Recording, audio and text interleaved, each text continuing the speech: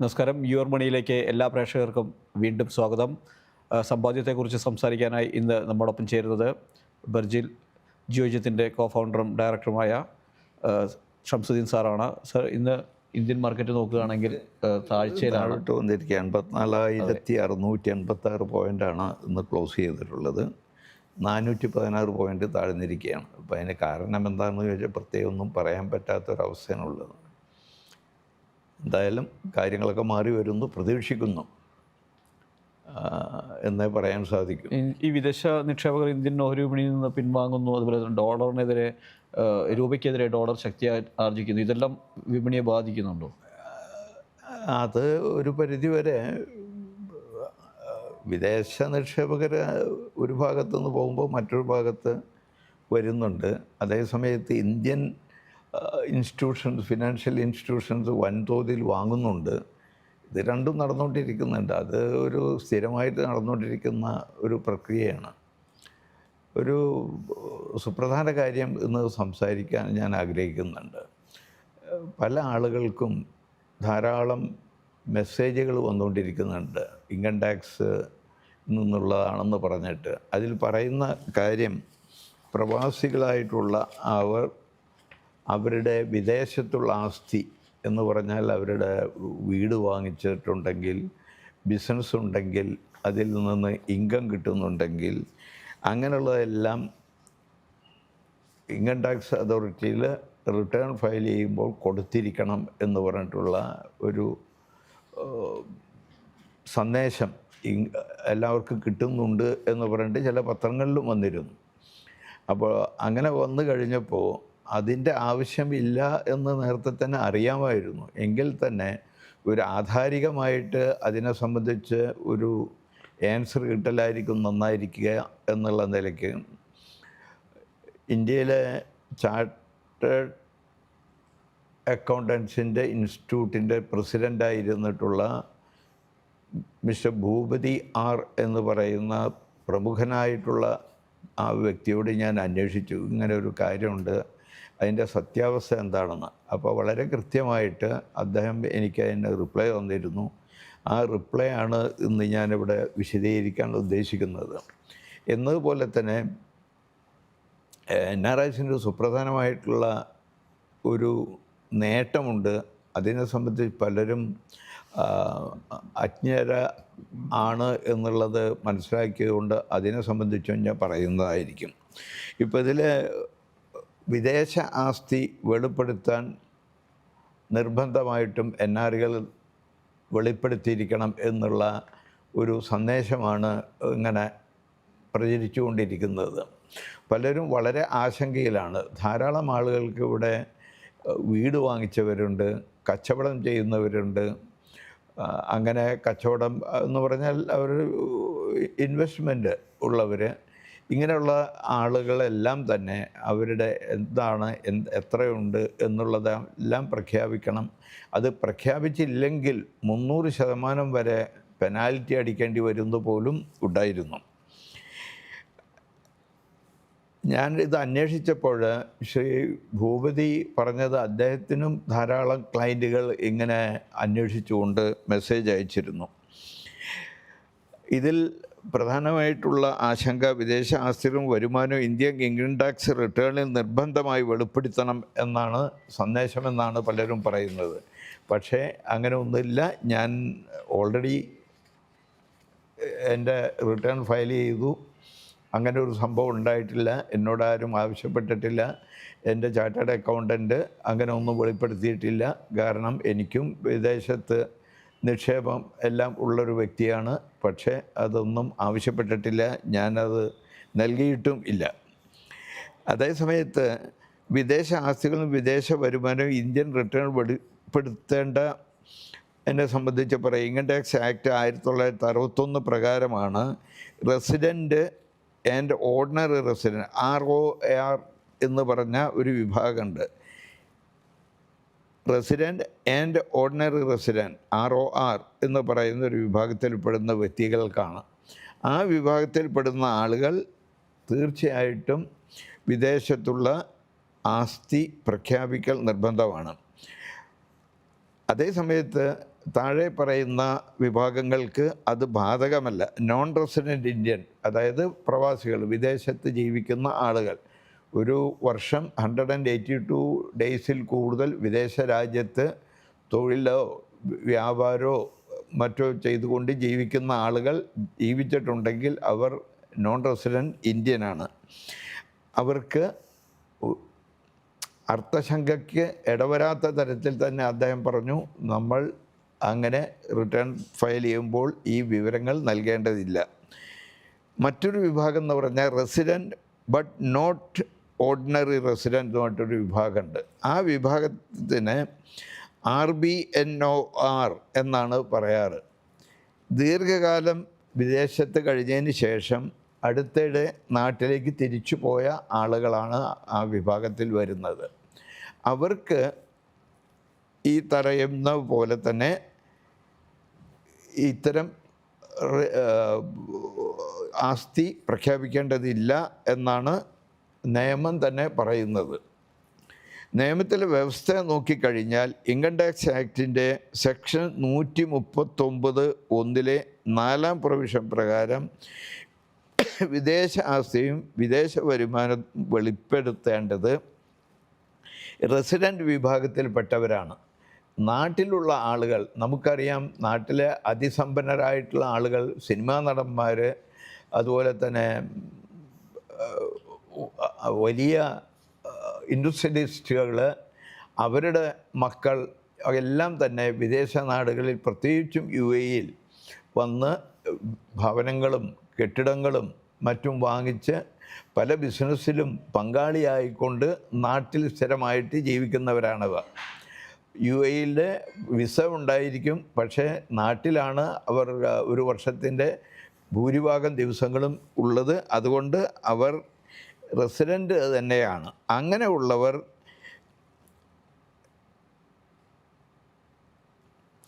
നിർബന്ധപൂർവം ഇത്തരം കാര്യങ്ങൾ വെളിപ്പെടുത്തേണ്ടതുണ്ട് എന്നാണ് പറയുന്നത്.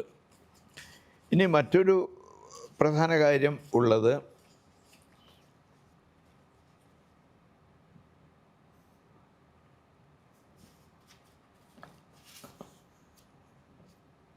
അതേ സമയത്ത് വിദേശത്ത് ജീവിക്കുന്ന നമ്മളെപ്പോലുള്ള ആളുകൾ അർത്ഥശങ്കയ്ക്ക് ഇടവരാത്ത വിധത്തിൽ തന്നെ പറഞ്ഞിട്ടുണ്ട്.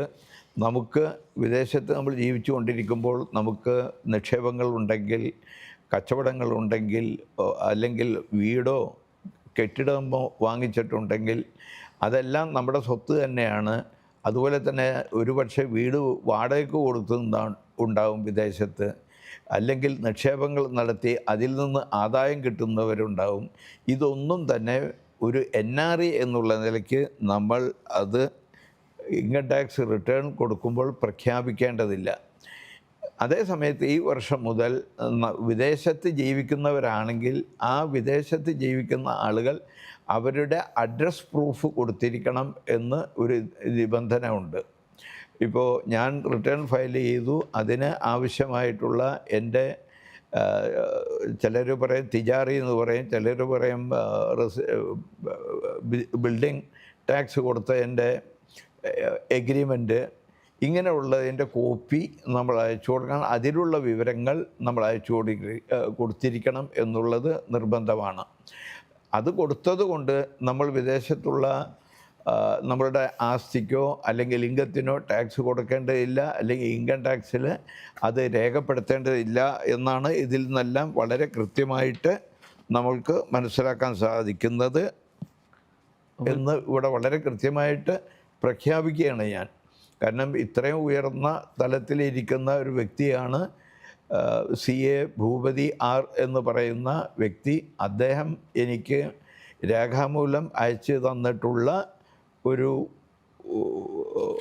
എക്സ്പ്ലനേഷൻ്റെ മലയാള പരിഭാഷയാണ് ഞാനിവിടെ എല്ലാവരുടെയും മുമ്പിൽ അവതരിപ്പിച്ചിട്ടുള്ളത്. അതുകൊണ്ട് ഇനി അങ്ങനെയുള്ള വാർത്തകൾ കേൾക്കുമ്പോൾ NRE ആയിട്ടുള്ള ആളുകൾ, നമ്മൾ വിദേശത്ത് ജീവിക്കുന്ന നമ്മൾ ഒരു തരത്തിലും അതിനെ സംബന്ധിച്ച് ഇന്ന് നിലവിലുള്ള നിയമമനുസരിച്ച് പെടേണ്ടതില്ല എന്നാണ് അദ്ദേഹം വ്യക്തമാക്കിയിട്ടുള്ളത്. അതേസമയത്ത് മറ്റൊരു സുപ്രധാനമായ ആനുകൂല്യം പലർക്കും അറിയാത്തതാണ്. അതായത് ഇന്ത്യയും യു എയും തമ്മിൽ ഗൾഫ് മേഖലയിലെ പല നാടുകളുമായിട്ടും ഡബിൾ ടാക്സേഷൻ ട്രീറ്റി ഉണ്ട്. ആ ട്രീറ്റി അനുസരിച്ച് ഉദാഹരണമായിട്ട് നമ്മുടെ പ്രേക്ഷകരിൽ ഭൂരിപക്ഷം ആളുകൾ തന്നെ മ്യൂച്വൽ ഫണ്ടിലെല്ലാം ഇൻവെസ്റ്റ് ചെയ്യുന്നവരാണ്. അങ്ങനെ ഇൻവെസ്റ്റ് ചെയ്യുന്ന ആളുകൾ എത്ര കോടി റുപ്യ ചെയ്തവരാണെങ്കിലും അവർ റെഡീം ചെയ്യുമ്പോൾ അല്ലെങ്കിൽ വിൽക്കുമ്പോൾ നമുക്ക് വലിയ തോതിലുള്ള ലാഭം ലഭിക്കുന്നുണ്ട്.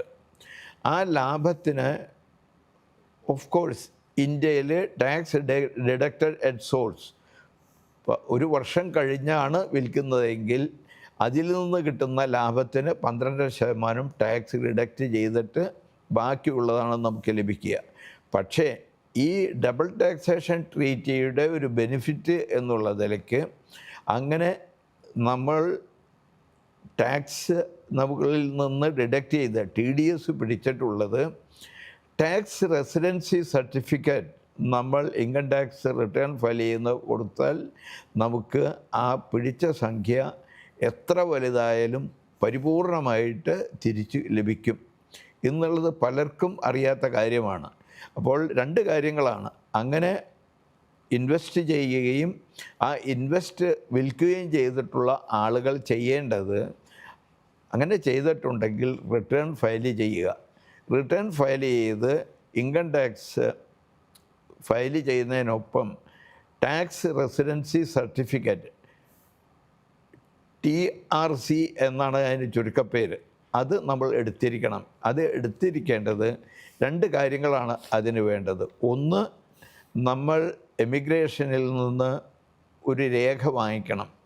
കഴിഞ്ഞ ഒരു വർഷം അല്ലെങ്കിൽ എത്ര വർഷത്തേക്ക് വേണമെങ്കിലും നമുക്ക് എടുക്കാം.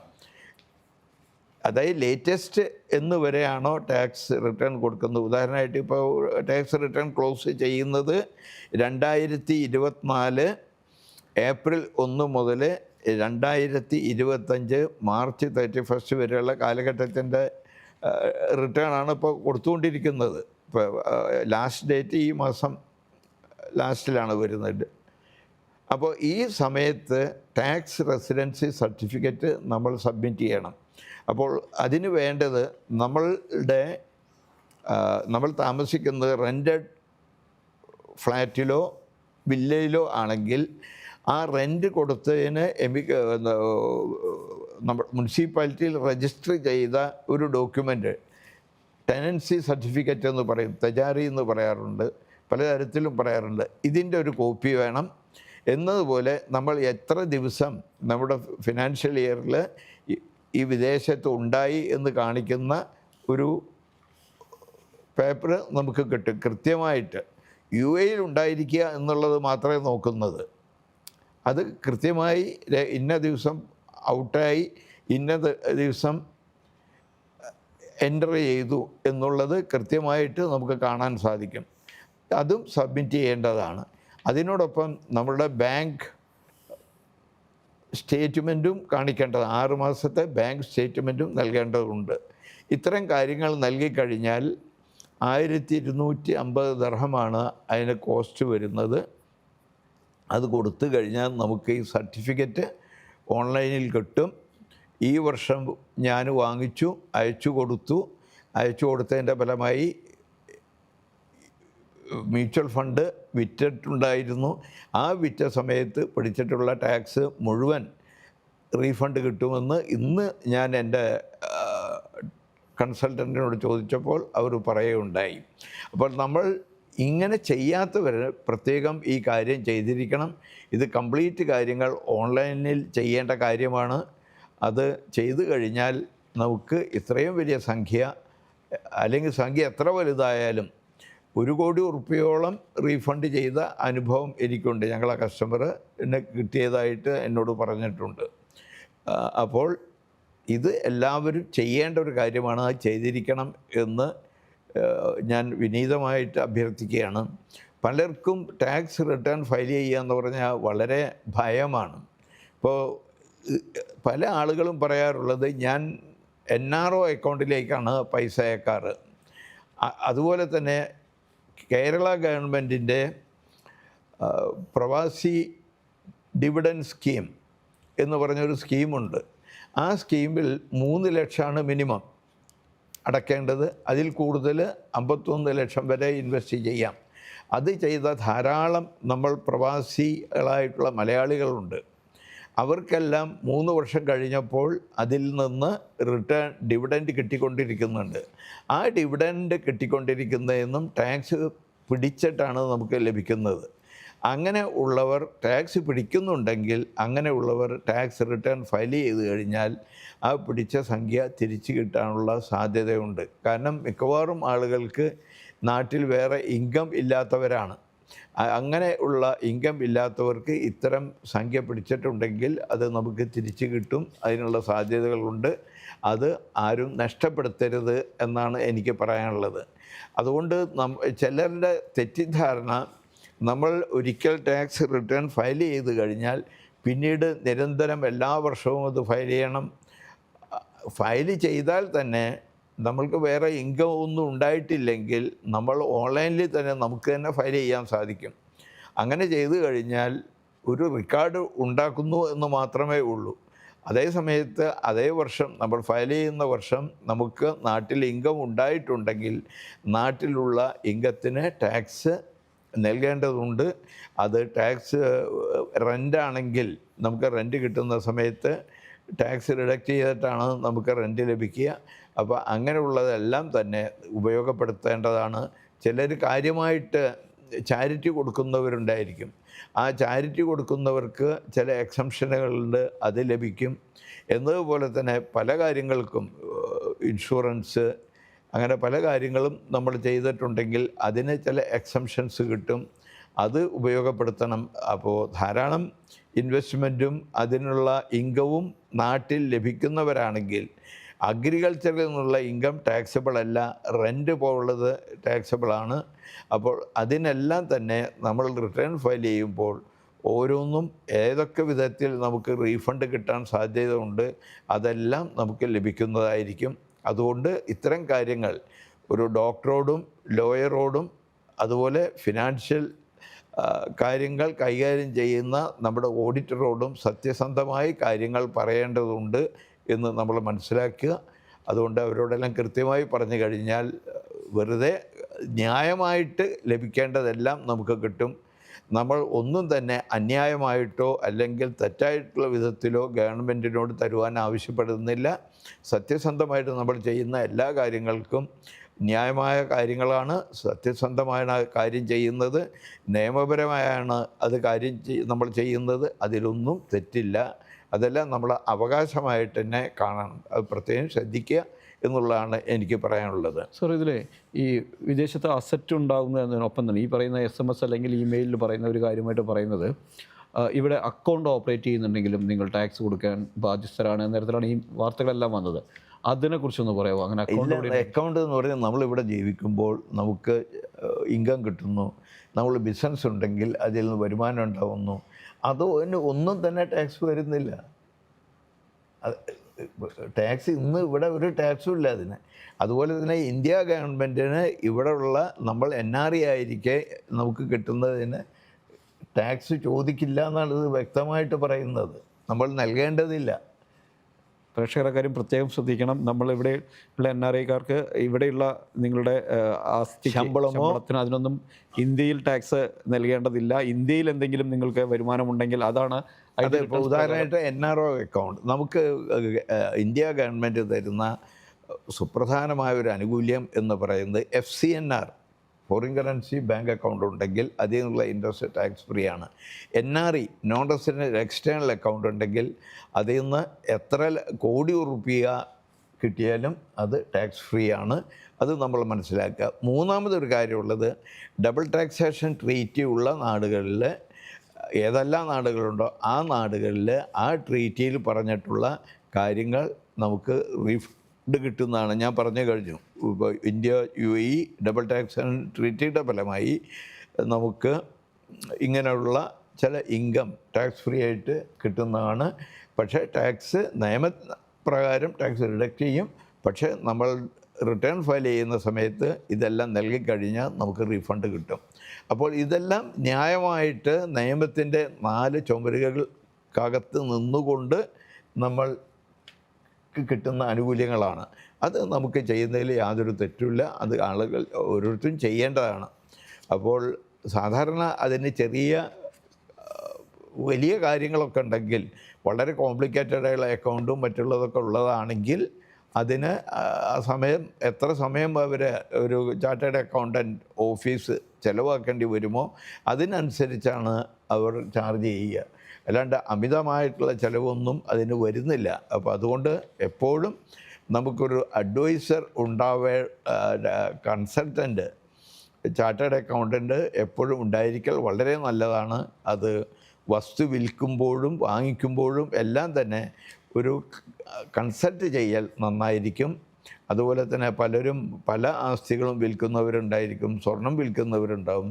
സ്വർണത്തിന് വില കൂടിയ സമയത്ത് ഇതെല്ലാം ആലോചിച്ച് ചെയ്യുന്നത് നല്ലതാണ്. അങ്ങനെ ചെയ്തു കഴിഞ്ഞാൽ പല അബദ്ധങ്ങളും സംഭവിക്കാതിരിക്കും. പല ആളുകൾക്കും പലതരത്തിലുള്ള പ്രശ്നങ്ങൾ ഉണ്ടാവാറുണ്ട്. അതുണ്ടാവുക എന്ന് പറയുന്നത്, ഇപ്പോൾ ഭൂമി വിൽക്കുമ്പോൾ നമ്മുടെ നാട്ടിൽ സത്യമായിട്ട് ഉള്ളൊരു എല്ലാവരും അനുഭവിക്കുന്ന ഒരു കാര്യമാണ്, എല്ലാവരും നേരിടുന്ന ഒരു പ്രശ്നമാണ്.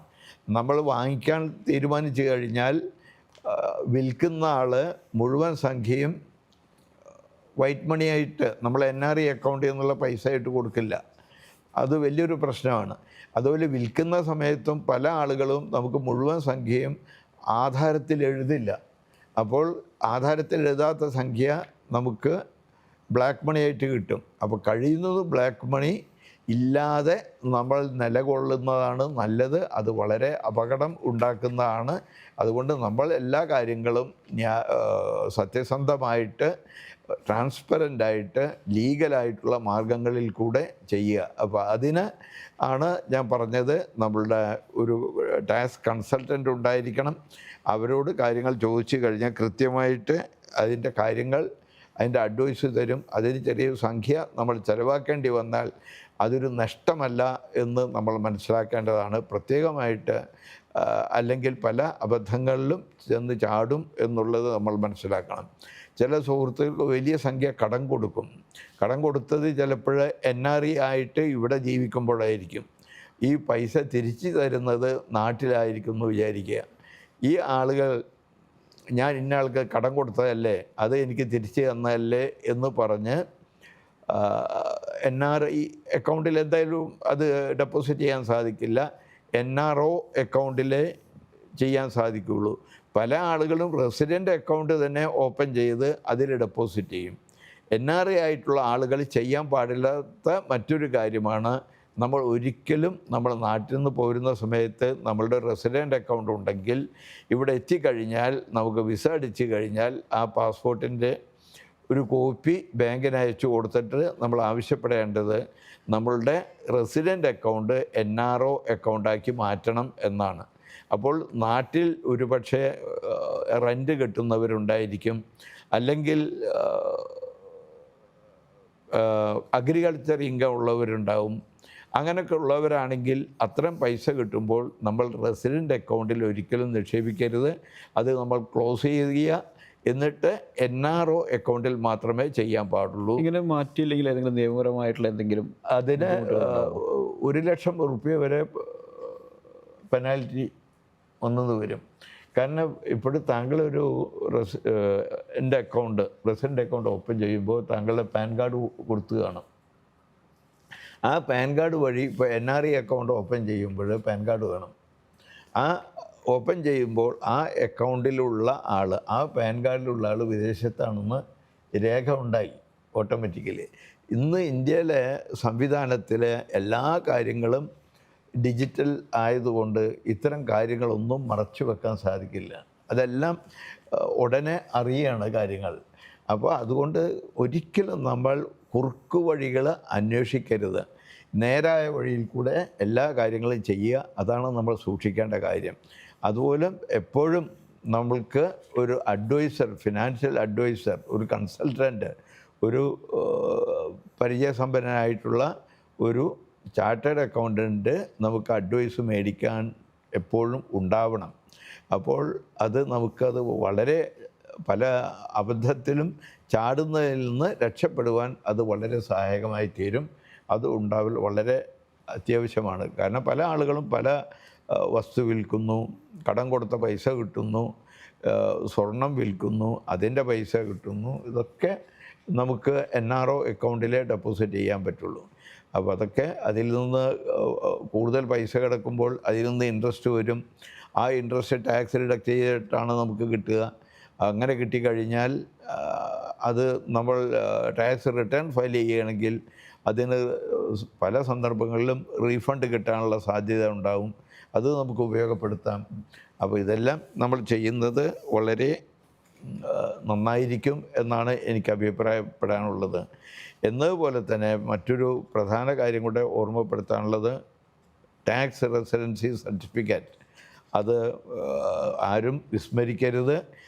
ഇപ്പോൾ ചെയ്തിട്ടില്ലെങ്കിൽ ഇനി അടുത്ത ഫിനാൻഷ്യൽ ഇയറിലെങ്കിലും അത് ചെയ്യുക.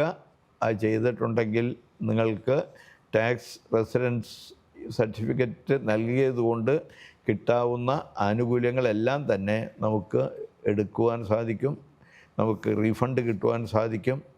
അതെല്ലാം ഉപയോഗപ്പെടുത്തുക എന്നുള്ളതാണ് എനിക്ക് പറയാനുള്ളത്. അപ്പോൾ പ്രത്യേകം ശ്രദ്ധിക്കേണ്ട ഈ കാര്യങ്ങൾ ആരും വിസ്മരിക്കരുത് എന്നുള്ളത് വീണ്ടും ഓർമ്മപ്പെടുത്തിക്കൊണ്ട് എല്ലാവർക്കും നന്ദി, നമസ്കാരം. നമ്മുടെ സമയം അതിക്രമിച്ചിരിക്കുകയാണ്. ഏതായാലും വളരെ വിലപ്പെട്ട ചില ഇൻഫർമേഷൻസാണ് ഇന്ന് കൈമാറിയിരിക്കുന്നത്. കഴിഞ്ഞ ദിവസങ്ങളിൽ വാർത്താമാധ്യമങ്ങളെല്ലാം തന്നെ ഇടം പിടിച്ചതായിരുന്നു. വിദേശത്ത് നിങ്ങൾക്ക് ആസ്തി ഉണ്ടെങ്കിൽ, അക്കൗണ്ട് നിങ്ങൾ ഓപ്പറേറ്റ് ചെയ്യുന്നുണ്ടെങ്കിൽ ഇന്ത്യയിൽ ടാക്സ് അടയ്ക്കണമെന്ന SMS അതുപോലെ തന്നെ ഇമെയിൽ സന്ദേശം വരുന്നു എന്ന് പറഞ്ഞുകൊണ്ടുള്ള വാർത്തകൾ.